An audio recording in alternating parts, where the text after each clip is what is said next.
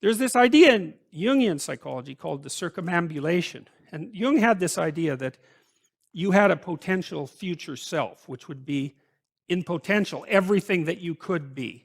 And that it manifests itself moment to moment in your present life by making you interested in things. And the things that you're interested in are the things that would guide you along the path that would lead you to maximal development. Now, it sounds like a metaphysical idea or a mystical idea even, but it's not. It's not. It's a really profoundly biological idea. The idea is something like, well, you're set up so that you're automatically interested in those things that would fully expand you as a well-adapted creature. Well, like, there's nothing radical about that idea. What else could possibly be the case? Unless there's something fundamentally flawed about you, that is what the situation would be. It's kind of interesting to think about how that would be manifest moment to moment, but the idea is something like, well, your interest is captured by those things that lead you down the path of development. Well, that better be the case. Okay, so that's fine. And so there's some utility in pursuing those things that you're interested in. That's the call to adventure, let's say. So, and the call to adventure takes you all sorts of places. Now, the problem with the call to adventure is, like, what the hell do you know? You might be interested in things that are kind of warped and bent. And often it's the case that when new parts of people manifest themselves and grip their interests, say, they do it very badly and shoddily. And so you stumble around like an idiot when you try to do something new. That's why the fool is the precursor to the savior from the symbolic perspectives, because you have to be a fool before you can be a master. And if you're not willing to be a fool, then you can't be a master. So you're going to, it's an error-ridden process. And that's also laid out in the Old Testament stories, because the first thing that happens to all these patriarchal figures when God kicks them out of their father's house when they're like 84 is that they run into all sorts of trouble, and some of it's social and some of it's natural and some of it's a consequence of their own moral inadequacy. So they're fools.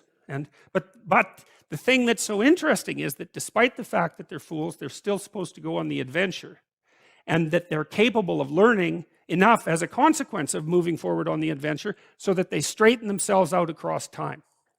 And so it's something like this. So this circumambulation that Jung talked about was this continual, we'll return to this continual circling in some sense of who you could be. You might notice, for example, that there are themes in your life. You know, when you go back across your experiences, you see you kind of have your typical experience that sort of repeats itself.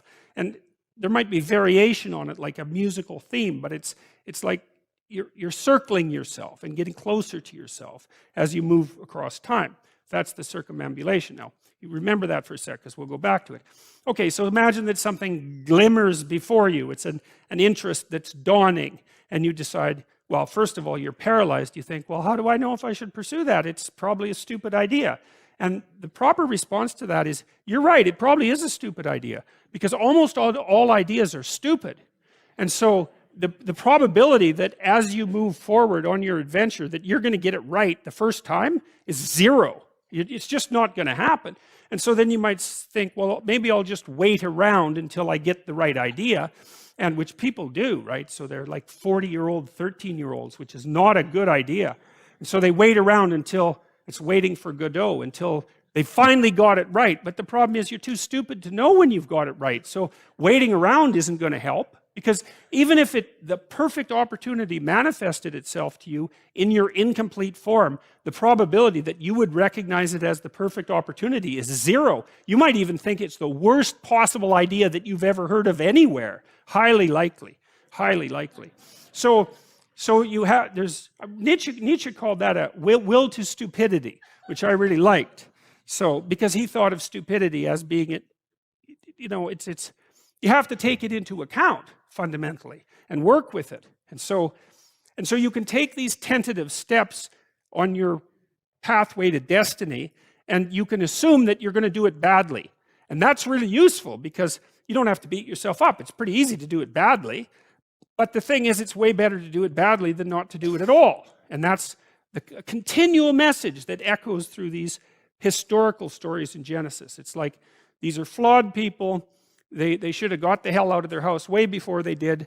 And they go out and they stumble around in tyranny and famine and self-betrayal. And and violence, but it's a hell of a lot better than just rotting away at home.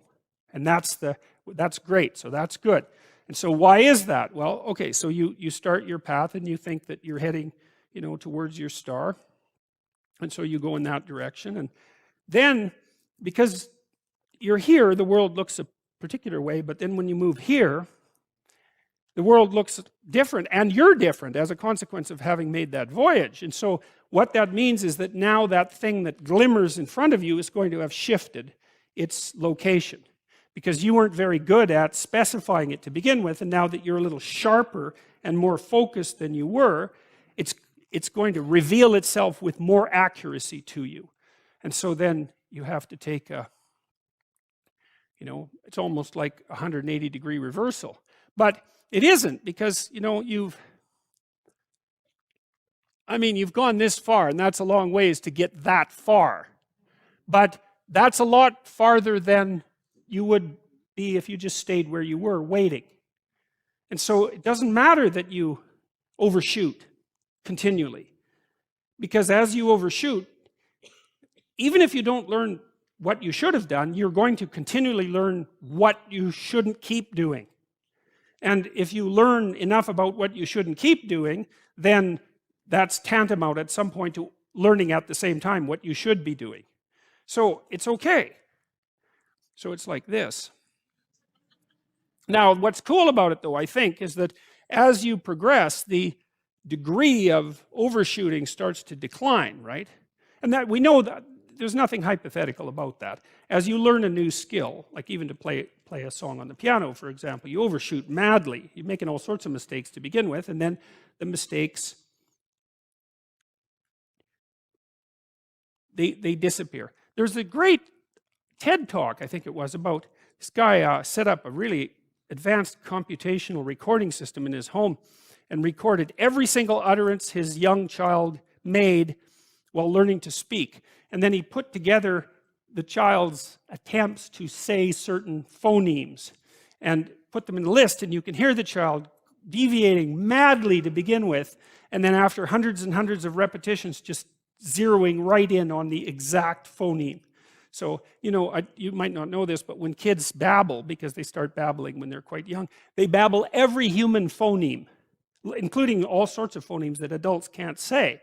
And then they die into their language, so that after they learn, say, English, then there's all sorts of phonemes they can no longer hear or pronounce. But to begin with, it's all there, which is really quite interesting. But so as they learn a particular language, they zero in on the proper way to pronounce that, and their errors minimize. And every time you learn something, that's how it is. And that's really useful to know, too, because it means that it's okay to wander around stupidly before you fix your destination.